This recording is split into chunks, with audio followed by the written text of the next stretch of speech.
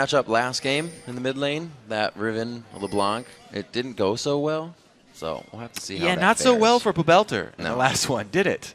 So it's kind of Voyboy may have that taken in the back of his head. Obviously, he's coming into this game knowing he's got to play his own way and his own tactics. We'll see if he does do it differently. A lot of teams have been putting the AD carry mid, especially the TSM does it. And he kind of stands, and you don't know if they're going top or bottom because everybody's waiting on these trinkets to come up.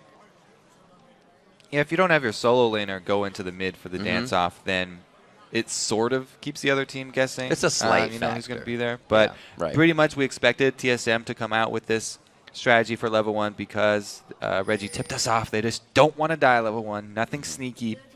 They want to play standard. So looking forward, that's probably going to be, yes, we have Shyvana. Shyvana should win early versus Mundo. All right, top lane's good. All right.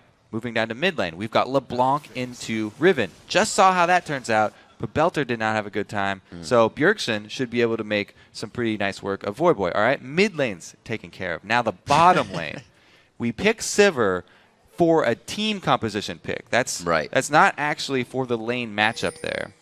It's more for the speed up for the late game. So that one might need a little bit of jungle attention to make sure that they keep up with the other two lanes. So we'll have to see if the odd one on his Olaf does make his early visits down bottom, or if he tries to get one of these solo lanes even further ahead. This also calls back to a little bit of what Coast just used, trying to come out with the Olaf to go mid is LeBlanc roams, as Jat was saying.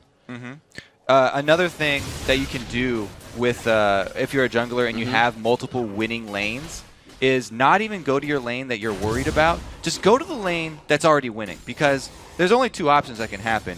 You go to the lane and the other jungler does not show up, you're going to get your gank off, you're going to get either a summoner or a kill. But if you go to the lane and the other jungler does show up, if you're in the winning lane, you have the advantage still, so it's a win-win. Whoa, Zcat blows his stun right away. I don't think Special wanted all of that. They trade back and forth real quick. I thought they were going hard. They were going for the early level 2. We have the Targon start here on Leona, but they were still pushed off of the wave. So even though Leona has the extra pushing power of those executes, they weren't able to get the early level 2. And this Cop and Zekant team do have a slight upper hand now as they're shoving into the wave early. That does mean that they'll be further up, though, for that odd one gank that might happen down bottom. We see Dominate and Odd One both pretty much equal on mirrored sides of the jungle. And in the mid lane, that's already a bit of a CS lead, at least off the first wave. So Voyboy was having trouble. He had to take shield first, and you obviously would to mitigate that damage, because Bjergsen, as Reginald did, plays super aggressive. Yeah, Bjergsen definitely an aggro player. Voyboy, though, he should be okay. He's actually started with a shield here just to reduce auto attacks, because a lot of the early harass from LeBlanc is in those extra auto attacks that she can get off. Bjergsen has been running hybrid penetration reds. A lot of focus being put there already. They probably knew they weren't going to get a full kill, but they wanted to at least pressure Bjergsen there. A little bit. I mean, they get off 100 health there. Semi-successful gank, I guess. He didn't lose out much, but he immediately returns to his jungle. You can see he does not want to fall any further behind the odd one, doesn't want to show odd one where he is on the map, or it will free him up to go for the confident gank that we're talking about real early. Now, this Trinket Ward will see him, but it might be too late. Xpecial's going in for the stun. He is going very hard. Odd One predicting after that path of Dominate going out of mid, and he predicts correctly. He gets caught by himself with Xpecial and the team down bottom. Oh, he throws it. The sun must have been in his eyes. Now he tries to get out. He does not want to give double bust over to this lane. So close right there. That could have been the first blood quite easily. The gank that we expected to happen did play out, but just not quite able to capitalize on it. I mean, it was a really good start, too. Xpecial moves up, gets positioning on the AD carry. Almost the dream gank right there, but just not quite enough. That was like a this is too good to be true panic. And then you kind of just mess it up. Coming up onto 5 minutes, Odd One and Dominate already trying to put a stamp on these lanes, but they return to the jungle. Dominate sees that bottom lane open. He soaks up the experience. You know, the odd one after he missed that axe too, he did pop his ghost here to get away since Dominate came in for the counter cleanup. So that is a summoner down on the Olaf, and his next gank will be a little bit less potent. Bjergsen really trying to fast wave clear here. You see 3 into the broken wings of Voyboy as he tries to get his damage down, but Bjergsen, just with the chains, he's going to be able to stay safe. As we look around, it looks like Dyrus is having a pretty good time in the top lane, 39-33. They both have gone shields, but Dyrus is still sitting on that potion, so even a gank may not take him down. He's having a good time against Quas. Yeah, as we saw before, the Shyvana early can push around the Mundo quite a bit. Ooh, chain does miss. Especially since he has that combat summoner advantage over the teleport Mundo. Pretty much all the kill potential for that lane is in Shyvana's hands, and the only way to turn that around would be a successful jungle gank from Wukong. Hop and Zkent doing what they can. Nobody's really behind in any of these lanes just yet. Those ganks from the junglers have given a little bit of a scare, but everybody still has flashes up. Everybody's ready to engage. Actually, Cop's flash is down, so we may see a little bit of jungle presence towards the bottom lane. And even if they did have some jungle presence down there from Dominate, you know, Sivir is a really good pick against Annie because she has that spell shield. Right. The only really spell that you're going to be worried about is the stun from Annie. And as long as you block that one, then you won't get caught up in the full combo from the Lucian. It's just going to be up to Wild Turtle and see if he has quick enough reactions. So level 5 coming up on pretty much everybody in the bottom lane here. We just see Xpecial hit it. Wild Turtle's going to be very soon after. They're not really trading too much with that relic as well either. So not too much gold coming from that for Xpecial just yet. They're hoping to capitalize on this level 6 though. So the changes when, you know, relics first came out, they were super popular because it was only 30-second cooldown and everybody was buying them. But now it's only the melees get to execute, and before you upgrade it, the cooldown on the extra charges is a little bit longer, well, twice as long. Yeah. So they're usually trying to upgrade those as quickly as possible. Back to the red buffs for the junglers, so this means they may have that presence back in lane. The ganks are going to be a bit easier, because you look at these lanes too, and everyone kind of has either a slight gap closer or a way to pop an ultimate and really get out with the crowd control reduction. This is classic Shyvana. We've talked about it so many times where shove in the Mundo. Starting to get back. You proxy the wave. The point of proxying the wave is that you're close to the jungle camp so you can then take an extra amount of gold. It's actually even a little bit better when you're on this blue side because double golems are worth way more than either wraiths or wolves. And Dyrus is pretty happy here to get the wave, and then we'll see if he rotates down for those golems. So this is kind of like free farm for him, though. What does Dominate have to really do anything to take action? I mean, he's looking for his level 6, which he just got, and it's going to be an interesting choice where he wants to use his ultimate, because that's all he has to turn around. Tries to get the dash out. Cop gets a full boomerang blade to the face. They're going to be able to trade back a bit of damage, but that was a pretty good lane advantage there, grabbed by TSM. So we don't have Dyrus taking the double golems, but he did spot out Wukong. And if he makes that call, Wukong is top. Boom. It opens up the bottom lane for aggression. They can easily go for those Leona engages once they know Wukong won't be there, because he's a huge, huge counter-ganking threat for that bottom lane. He can come in invisible and pop his ultimate to knock both members up. Looks like that's what he's trying to do right now.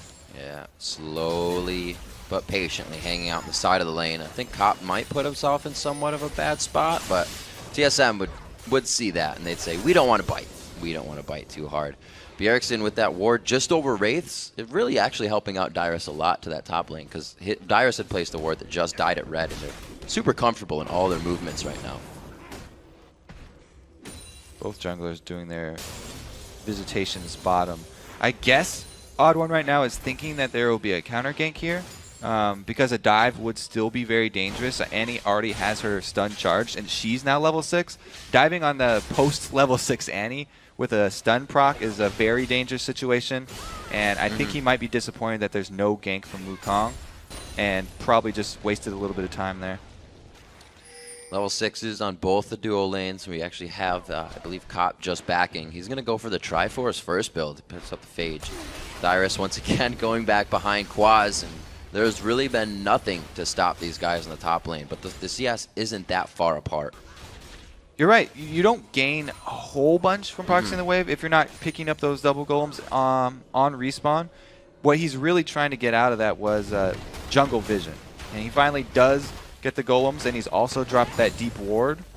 So the next thing he is looking for is, again, the ping tipping off his bottom lane that he has brought the jungler up top, and they're free to go aggressive.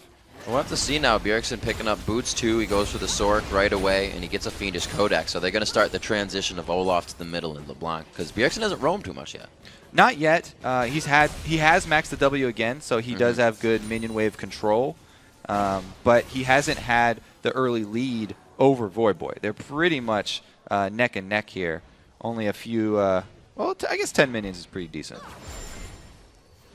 It'll work for now. You got to consider he also has, or at least in the bottom lane, they're getting a little bit of a lead there, but it's only by a few. So everybody's sticking close, and that's how we like it. Anybody's game as we move into now. Well, 11 minutes in, the gold lead, as you were saying, a little bit in favor of Team Solo Mid, but we'll have to see if the Dragon really creates a stretch for that, and then it gives anybody the upper hand. Yeah, so the reason it's going so slow like this is, like I said at the beginning, the lanes for TSM were all pretty much winning here. The solo lanes talked about, they should win these matchups, and they have done pretty much. It's played out as expected. Now we're getting to the point where the ward coverage is what's going to make the big difference in these games, because LeBlanc, Bjergsen, is opening up on Voidboy. He is very much so opening up. The cooldown's not yet there for him, but you can see completely pushed out of lane, calling down Dyrus here, and he's been in the jungle, and having him back behind that really gives him good movement. Right. These laners that are winning so hard are shoving up their lanes and then trying to rotate around to move here. So this is where the ward coverage I just talked about is coming into play. TSM, since they have the winning lanes and have warded up deep in Curse's jungle, they claim the dragon. It's pretty much theirs. Curse knows it, and they were not going to venture over there to contest. I don't think they're going to get much damage on this top turret, if any has even been posed to it, because great movement by Dyrus transitioning back to the top lane. TSM really a step ahead in everything right now. And we do have the early Blade of the Ruined King build here coming from Dyrus. He's got the Cutlass already, so it's around that time where Quas will have to start worrying about that aggression, see if Dyrus decides to go for anything very deep here. His Ignite is up, so he'll be able to cut down on that healing regeneration. We'll just have to see, now that the Dragon is down, TSM, they're basically just looking to avoid a disastrous gank from Dominate. If Dominate cannot get off a good Wukong ult on one of these lanes, then TSM is going to continue to slowly increase their lead and just slowly gain more and more of a gold advantage. And that's something you can't give Team Solo Mid, that kind of momentum. Once they hold it, it's kind of like Bjergsen just takes the driver's seat of an F-16 and it's over. All right, so he has shoved the wave once again. Now he's going to look to roam because he's got ward coverage around the mid lane, and I'd actually start to expect some sweepers coming out from TSM, because that's how you turn this slow gold lead into a large gold lead. You use the sweepers to clear out vision and make those roaming plays on one of the side lanes so you can grab an objective like a turret instead of just getting these soft leads here from minion waves. So we actually have this swap. Voidboy can't really build the magic resistance that he needs to fight on Bjergsen, so they swap the lanes out. Interesting call right there. Bringing Quas down. You're right, he has that Spectral Cowl. He's probably going for an early Spirit Visage, so they pull the first call to swap, but TSM are instantly reacting. Oh, and there's an instant reaction. The Cyclone comes out. Turtle goes away. The Ignite takes him down with the culling. That first blood goes to Zekent. Xpecial throws down the Solar Flare and flashes away with a roam up top from Bjergsen before this fight happened. Hits up Voidboy. He tried to get away. He will this time, but Bjergsen finds him in another lane. So the TSM reaction to that swap was to send Bjergsen on the roam path and have their jungler cover mid. But vision of the jungler mid means that Dominate can go all out in the bottom lane. He ganks the duo as we expected. They pick up the first blood there because he did get his successful Wukong ultimate off there. And they also can chain it into not only one turret, but some extra turret damage on the secondary. Getting a good aggressive win on that bottom has given them the upper hand here, taking it down to about 25%. Xpecial, pretty tanky. He already has the Sightstone finish, so he's got the HP to hold off that bit of burst. They're stealing out Reds. See, the vision control is still in TSM's favor, so Voidboy. Oh dear, Voidboy still. Everybody is just on his back this game, watching him the past few days on that Akali and what he's been playing. Oh, boy, 250 HP left. It's going to be a slow one, but he's going to go. Dyrus with the flash to finish that one off, actually. He's getting tired of Voyboy walking around. The worst part about these two is he keeps coming back. He's not able to get much gold, so he's going back with nothing to buy, maybe another potion, and then he comes back to lane, being very stalled out on their items, Curse is.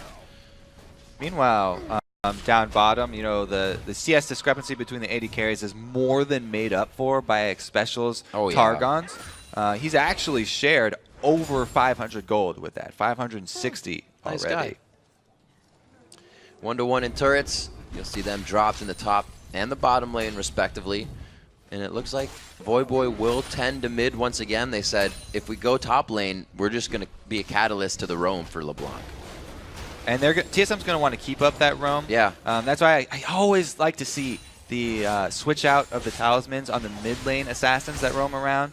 I would love a sweeper on Bjergsen, but he has kept with the trinket ward. And he's going to go for the kill under turret. Oh my gosh, he has a W coming up. He actually grabs it. I didn't think he had anything of what he needed in that second spell reel to come up, but he knew exactly what he was doing. Well, that's why people have opened up to using their ultimate on the chain for LeBlanc, because it will still have the full effectiveness even if you haven't leveled up. It's only level 1 chain, but if you use the ult one, then it's going to have the full power there, and he was confident to get the kill under the turret. Didn't even have to roam for that one. Now he's going to turn his eyes towards bottom since they've created that advantage already mid. Yeah, LeBlanc getting the 1v1 just opens up too much of the map for her. Zekent's going to be the focus on this one, and you still have Bjergsen, but Dominate comes in on the clone. Can he get Turtle? Flashes on. They will be able to capitalize on that kill. Ooh, look out, Bjergsen found in the wrong spot. Quaz has come into the fight on teleport as well. Just a bit ago, they get a double kill going in for Dominate as that goes down. And it looks like, oh, Special gets hit with a cleaver. Great job by Quaz. Can they continue to follow up? A bad spot, and the W is enough of the percent burst to take him down. Let's see if Quaz can really do what he needs to here. The blue buff has worn off of Bjergsen, so he is hoping for that W to come up once again. Oh, the juke! Oh, he juked it out! He'll be able to get past the Special. Is it up? Can he get the dodge? And Bjergsen flashes. That is incredible. That's funny that he pulled this juke against the Wukong, because that is originally a Wukong special juke. You just press to your own medicine. Exactly. All right, so let's look at how it started out. Zinkit gets a good double stun from the bush here, but he's going to go down anyway because they got caught. Bjergsen was behind, so he was not able to join in this counter attack. He had to use his W to jump over the wall, even to get in range. And the teleport by Quas was a brilliant teleport. It should, by all rights, get them 2 kills as he flashes for the slow and Xpecial, but Bjergsen, waiting in the bush from the Fog of War, goes for the assassination onto Cop.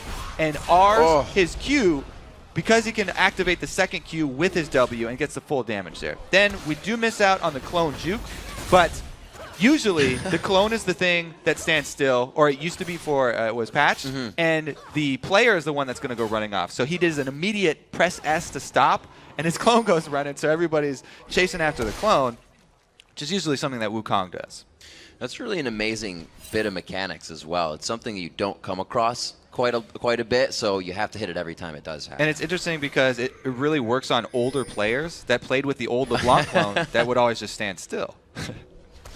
Almost plays against you. So 28.5 to 25.8. Game slowing down here as we look at Dragon, but it is about to speed up very fast. 19 minutes in, it's 4-3. I'm sure we're going to see a few more kills here after this, unless they both have a gentleman's agreement and just ward each other out of position.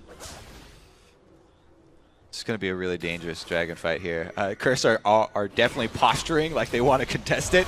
Zekent gets caught. Whoa, they throw in the Solar Flare, missed that. Tibbers is down, and Tibbers is down. Zekent goes down first once again in the fight. Dominate, however, always able to answer with the Cyclone, and he kicks out of it. Gets a good kill coming in at Dyrus as well. Curse doesn't necessarily want the Dragon, and they want to run away from this fight. Dominate's clone gets hit up. They do get the stun on that as well, so Xpecial's just going to be chasing.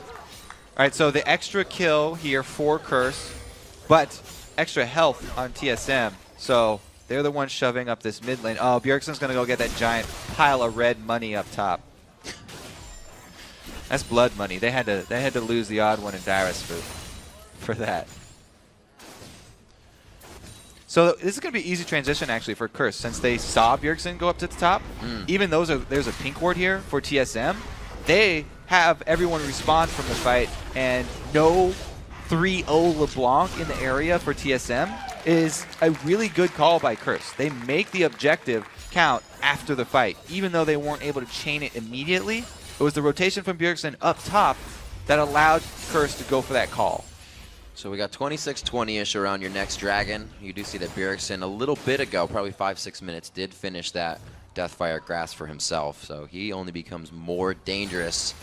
Really backed off of that objective quite hard by Curse. So I guess Curse is feeling a little bit more confident about their skill set right now. Well, it was interesting in Champion Select. I was like, yeah, both these teams are like really good team fighting teams because they've got area effect on this side and then they've got sped up bruisers on TSM side. Right. We just saw the clash of these two team fights from both of these compositions, and Curse were the ones who came out the victors because it was a good AoE ultimate there from Dominate. Even though Zekken got caught out, he was able to get his tippers off. That's what you want from your support Annie. As long as she gets her AoE stuns off, job well done, and they were able to capitalize. It was a pretty big miss as well, like Special kind of throwing out the Solar Flare. That's really their primary source of crowd control right now. So it affected it. I mean, that being said, TSM still with a nice gold lead here, and they're going to start pressuring this inner turret. Curse a little bit too slow to defend it, but they might go for a counter engage because they have the ultimate back from Wukong. There it is. That does not miss that time, but Dominate says we need to counter initiate right now. It may not have been the best for them. Dominate goes down. Voyboy follows quickly after. It's a double kill for Bjergsen. They are still looking for blood. Difference this time, they're able to get the first attack there onto Dominate, and once one person starts hitting that Wukong, the rest of the team realizes, hey, he's got a Black Cleaver. He's not that tanky. Yes, he has some health, but his resistances aren't there yet. They're able to blow him up, and after the point man is gone from Curse's team fight, they decide they have to back off and give up the turret.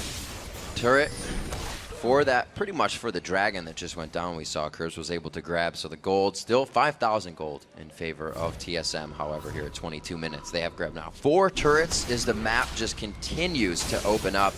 And it's only going to be warded even deeper. Since the start of the game, TSM has been putting the deep wards in. Dyrus was using it to farm. See if they can keep it going. The rotation there from TSM, and Bjergsen recalling with the top minion wave walking right by him gives Curse the go-ahead to answer turret. So, yes, they lost the fight, 2 kills, and they lost their turret, but at least they were able to answer with 1 outer. A lot more teams have been playing the minion waves more strategically, being in the right spot at the right time. Sometimes in Boda, we'd see a team fight 1, and minions are just coming out of your base, so you can't go anywhere with it. Yeah, the map movements have become just so important in these games. We saw earlier today, CLG winning their game even without kills until like 23 minutes in because the map movements are what have been getting these teams the objectives there. And TSM gave a little bit too much information back to Curse after that fight that allowed Curse to be confident in their call to shove up mid. We can see a few recipe items being thrown in there. The Negatron cloak coming there's in a ward for Voyboy. He doesn't want to get taken out by Bjergsen. He's felt that a few too many times this game. Dominate is trying to do whatever he can, but they need to spread those kills out. A 4-kill Wukong, even more, isn't going to be the one to carry your team. Well, you can see everybody that is getting money is purchasing a Negatron cloak. Everybody's trying to get some magic resist for themselves. They're not building even the aura. They're going straight Negatron cloaks. Everybody needs their own to protect themselves from the Bjergsen assassination. Got to consider that Cop had the chance to go Caitlyn this game, but decided to go Lucian for pretty much the first time. Yeah, I mean, I was talked about the first pick Annie there and the combo of Lucian plus Annie being real popular. I just think it's a bit stronger of a lane, and since they're going for this sort of team fight oriented composition, Lucian able to move around and do a bit more burst damage than Caitlyn. She's really more focused on the tower pushing and the very late game, just auto attack heavy. The TSM is being pretty big bullies right now. They're saying we can easily get in here, clear this out, and force the fight. They want to force this fight, and it looks like Talisman of Ascension goes. Actually, that was on the hunt from Sivir, and it's going to be Wukong going in, dominate to the back line. The culling spreads across 3 on the front line. Oddwin is able to take down Zcat, and the health bars are almost matched, but it's a squad of Curse in the top side by Wraiths, able to take down Oddwin. they focused down on the rest of the team, and it was 2 split in the jungle. Woo, just a 1-for-1. Yeah. But gold medal goes to Zekint right there, because these fights are all about the initiation. TSM popped their On the Hunt. They were running straight into that bush, and Zekint gets his AoE stun off, combos it with the ultimate from I Will Dominate here, because he immediately turns around here. They make the call. 4 members. Then it sets up Dominate for his ulti onto Wild Turtle and Bjergsen, the 2 carries of TSM. Whenever you see LeBlanc having to use her R to exit the fight, it's a very good sign for your team, and you can follow that up. But they were only able to trade kills in the end, so not a huge amount gained for Curse, even though it was very well coordinated. Another 80 HP, and they would have had all that shutdown gold on Bjergsen, so thumbs up for him getting out on that. Now has his home guards, and he's actually already putting money into his elixirs. They know they're pretty well off right now, and they can take those chances. A huge thing about that elixir, not only the ability power, but the cooldown reduction is so big on LeBlanc. Talked about if she has to use her R for exit, then it's a huge chunk of her power that won't be there to execute someone, and that's why the initiations for both of these teams are so important, because you don't want to have to use those cooldowns defensively. We see Cop just finishing up that Phage into the Trinity for us. He bought the Phage and then, got enough money in the instances they were fighting with the dragons. Built a Bloodthirster in between the recipes. So he finishes those 2 items. TSM grabbing up a dragon. Second one for them in the matchup. And that's that 26-minute dragon we were talking about. The last one went to Curse, so good job by TSM to have map control. Yeah, that build you're talking about on Cop goes right into the same sort of idea behind picking Lucian instead of Caitlyn there. He's got the mobility from Trinity Force. Because these are going to be such brawly fights, he's going to have to rely on mobility and lifesteal to survive through them. You don't want to be a traditional AD carry who stands back, because you'll get dove on by this Olaf. An Olaf sped up by Sivir and a Shyvana is going to get to your AD carry. Yep. He's going to have to fend for himself in that situation. That's really what Cop is thinking about right now. We can see that Xpecial's thinking about himself as well. We had Merc Tread last game on Leona. Now it's going to be the Ninja Tabi from all this AD they're facing. Dominate trying to jump in. Void Boy as well, so really trying to mitigate everything they can and give themselves the upper hand. Already 7,000 gold. I'm sure that's a big enough of a power play for them. This is a dangerous bush to be in. Seek out by Cop. They need to play it safe. They're not even getting in range for wards. They're using everything else that they can. I mean, double pink wards is a really good purchase here from TSM. They actually have 2 more in the inventory, so everybody's really doing their part in the vision war, and they're trying to make Curse make one of those positional errors, come into the bad spot. Oopsies, I touched Baron. Oh, they could get Zekint. Will he get Timbers off in this one? He turns around. He only gets it off on 2. A great ultimate by Dominate, but is it going to be enough without the follow-up of Curse there? 3 members onto Dominate. A dash over the wall from Bjergsen to safety as Cop does what he can from the back line, and it's only Quaz to peel for him. TSM gets the fight they want. I love how the odd one just pops his Ragnarok and runs straight at Zekint, because you can't stun Olaf off of you, and he ends up having to burn that Timbers not to stop any damage here. So there goes odd one, right for Zekint. Here, let's see if the Timbers actually hits anyone's besides Olaf. He doesn't stun any. Oh yeah, he did get 2. There we go. Yep. Never mind. He stunned the backline. So that was a really good job by Zekint keeping his cool, even though he had an Olaf banging on his head. And they didn't even have the real initiation there. They had the On the Hunt. They had the Solar Flare. They reached for it. These guys are hungry right now, and they just want to close this out. I mean, it's those split-second decisions right there. I didn't even see the sun come out the first time around, but it was a good job keeping his cool there. But it was initiate too much from TSM. They were able to get to the back lines, and Bjergsen, like I said, able to use all of his cooldowns offensively that time around. You were mentioning those 2 pink wards before placed and then more purchased. Those have been there since every time TSM has started to kind of contest the Baron. It's only been Curse on their side of the court, I thought I'd say for the past 9-10 minutes, and it's not making it easy for them to come back. Now that it's a Baroned up TSM and Elixired up, it's going to be even more difficult, because they've got the capabilities to swarm under a turret even and go for the kills. Oh, wow. Oh, whoa. Doing out of Quaz. All the HP of the Deathfire Grass really working together. It's going to be the kill. A shutdown going on to Bjergsen finally. That's big gold for Dominant, That's but we huge already cooldown, have 5 kills on him. Trying to get out. They are going to be able to take him down in the end. They wanted the retribution kill for Bjergsen in his first death, and it is back and forth. Voyboy kind of teeter-tottering on whether he wants to go in or not. It means his life. Cop still doing what he can, and these guys may be baiting themselves into too much. So Bjergsen, he got a huge chunk out of Quas with that aggressive play, and he also got the whole Wukong ultimate burned on him. So Wukong ultimate only hitting one person, it wasn't really the combo that Curse were looking for. Yes, they took out his high priority target, but since their team was stretched out, they couldn't keep up that pressure. And TSM rolling towards the inhib. Just flexing their muscles right in front of this inhibitor. Easily able to take down that turret. Cop could be next here. They don't want to get caught up by Z-Kent and anybody spawning. It's only 4 seconds on Voyboy, and everybody else is already coming off the fountain. So as we check out the scoreboard, it is 13-7. The kills really not slowing down. 54,000 to 43. That gold lead still going up for TSM. Yeah, that's just, it's such a tough choice. You definitely want to burn everything you have to kill Bjergsen, and when he overcommits like that, and I think I still like that call to kill off Bjergsen because he's such a huge part of the team. And then it might have just been on Voyboy going a little bit too aggressive in the second half of that fight that costs Curse an extra kill. So the Zanya is the right choice with the dive from Wukong. But what's your bet on Bjergsen's? Oh, it's a Rabadon's. I was going to say, you think he's just going to buy damage? Sure, why not?